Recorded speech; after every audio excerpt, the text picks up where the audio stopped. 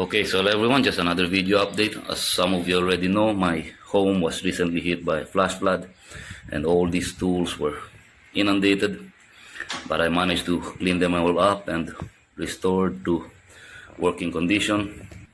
Except for these tools, this is a wood planer, the stator is already gone, this is my hand drill, okay, cordless hand drill, and this I can still restore this, but unfortunately the rubber gasket or rubber seals inside this and here is already deteriorated, but as soon as I can get a replacement for that, maybe I can still fix this.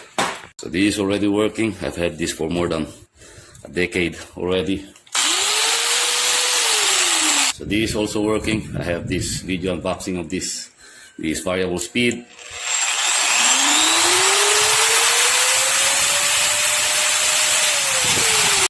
This is also working. I just bought this very recently.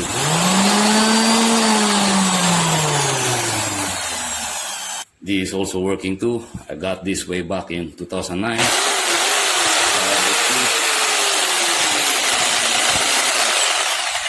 This is also working too. I got this video unboxing here.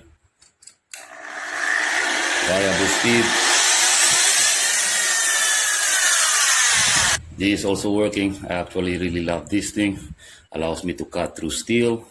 And this is the sliding platform I actually made for this thing. If you're interested, I'll post a link to that in the description below. But it's working.